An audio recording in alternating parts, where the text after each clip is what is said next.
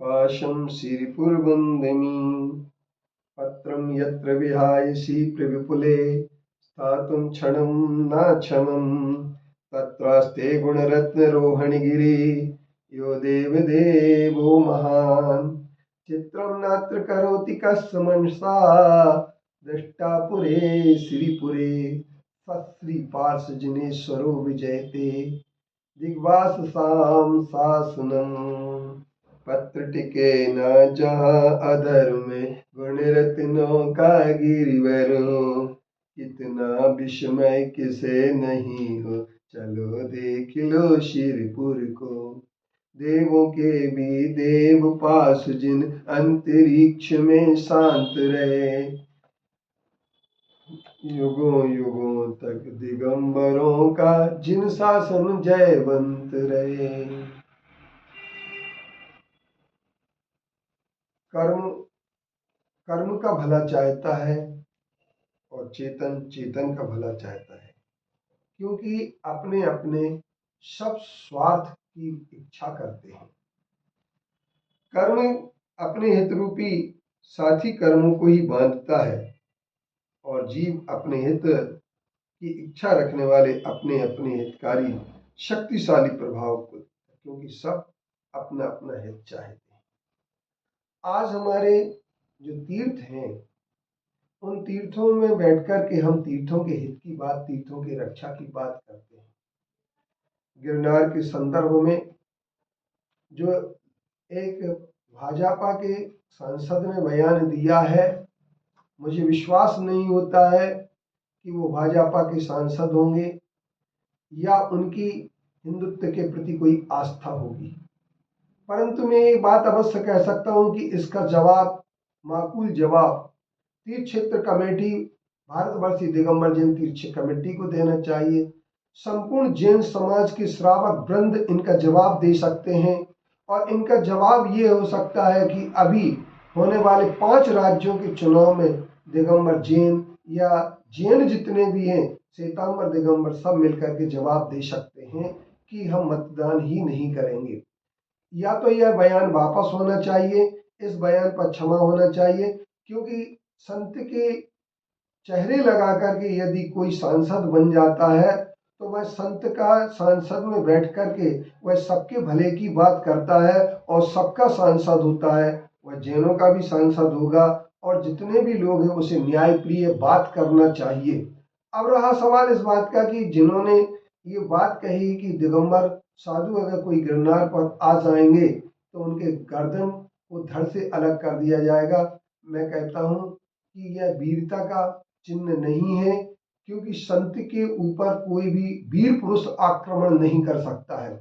रहा सवाल, या तो कोई वो आतंकवादी ही होगा जो संतों पर आक्रमण करेगा, या कोई रावण का वंशज होगा जो संत पर आक्रमण करेगा। संतों पर आक्रमण करने का काम तो राक्षसों ने किया है और संतों पर आक्रमण करने का काम सिर्फ राक्षस ही कर सकते हैं। और ये बात जिनने कही है उनके वह मनुष्यता का जो वो नकाब चेहरा लगाए हुए बैठे थे, जो इंसानियत का चेहरा लगाए बैठे थे, वो थोड़ा खिसक गया होगा। और अगर उनका गौर से चेहरा देखें तो एक किसी राक्षस का चेहरा उनके अंदर नजर आ रहा होगा, क्योंकि दिगंबर जैन संत, दिगंबर संत को दत्तात्रेय भी दिगंबर थे, नेमिनाथ भगवान के गणधर दत्त जी थे। यह बात हमारे जैन पुराणों में स्पष्ट है और ये गिरनार पर्वत जैन नेमिनाथ भगवान का है। इस बात के लिए 17 फरवरी 2005 में हाई कोर्ट ने स्पष्ट अपने अंतरिम आदेश में कह दिया है कि यह दिगंबर जैनों का है, इसे जैनों से इनकार नहीं किया जा सकता है। अब सवाल इस बात का है कि शक्ति का है तो शक्ति जो लगा रहे हैं किस चीज में लगाते हैं, लेकिन भाजपा के सांसद होने के नाते यदि कोई वो ये बात कह रहा है तो मेरी समझ से यह बात जो है ना, उनका जवाब तो सही जवाब दिए जा सकते हैं, ग्रस्तों को ही देना चाहिए, क्योंकि ग्रस्तों के विरोधी हिंसा का त्याग नहीं होता है। संत तो क्षमा करने वाले होते हैं। यदि भाजपा के सांसद हैं तो जेपी नड्डा भाजपा अध्यक्ष का यह कर्तव्य बनता है कि ऐसे सांसद के लिए वह बिगड़े बोल को सुधारने का प्रयास करें और इनके लिए भी ये बात समझ दे दें कि यह पार्टी भाजपा किसी एक धर्म या एक जाति या एक पंथ एक संप्रदाय की नहीं है। यह भाजपा तो हर देश के लिए, संपूर्ण जाति और संप्रदाय के लिए है, क्योंकि संघ का एक सूत्र है कि वर्ग संघर्ष को टालना, और वर्ग संघर्ष की जो बात करते हैं उनके लिए कभी भी प्रश्रय नहीं देना। आश्चर्य की बात यह हो रही है कि जिन्होंने ये बात कही है, या तो यह फर्जी वीडियो हो सकती है कि भाजपा को बदनाम करने के लिए डाली गई हो। यदि यह वीडियो सही है तो मैं विश्वास कर सकता हूं, और जेपी नड्डा जैसे राष्ट्रीय सोच वाले व्यक्ति से मैं आशा कर सकता हूं कि वो निश्चित तौर पर उनके इस बिगड़े बोल को सुधारने का प्रयास करेंगे, क्योंकि संतों की गर्दन काटने का काम कोई भी हिंदू मान्यता वाला नहीं कर सकता है, क्योंकि यहाँ पर हिंदू उसी का नाम होता है।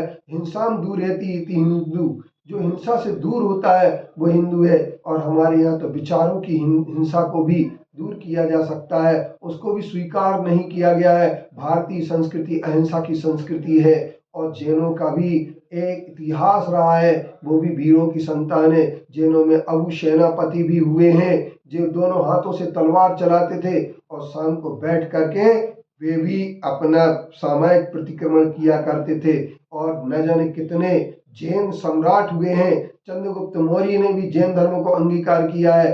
अतः मैं ये कह सकता हूँ कि जैन वीरों की संतान है और वीरों की हैं, लेकिन इस कायराना बयान के लिए हम स्वीकार नहीं कर सकते हैं, और इस बयान के लिए निश्चित तौर पर वापस लिया जाना चाहिए। यह जैन समाज के लिए संदेश जेपी नड्डा तक पहुंचाना चाहिए, और जितने भी प्रभावशील लोग हैं उन सारे प्रभावशील लोगों के लिए एक उन तक संदेश देना चाहिए। लोकतंत्र अहिंसा में विश्वास रखता है, और लोकतंत्र में किसी चीज का विरोध करना कहीं बुरा नहीं होता है। हमें उनके महेश गिरी के इस बयान का पूर्ण भरसक विरोध करना चाहिए, और तांत्रिक तरीके से जब विरोध होगा तो निश्चित तौर पर आगे कोई भी व्यक्ति ऐसे बयान देने में कभी बहुत सोचेगा, और ऐसे बयान कभी भी नहीं देगा।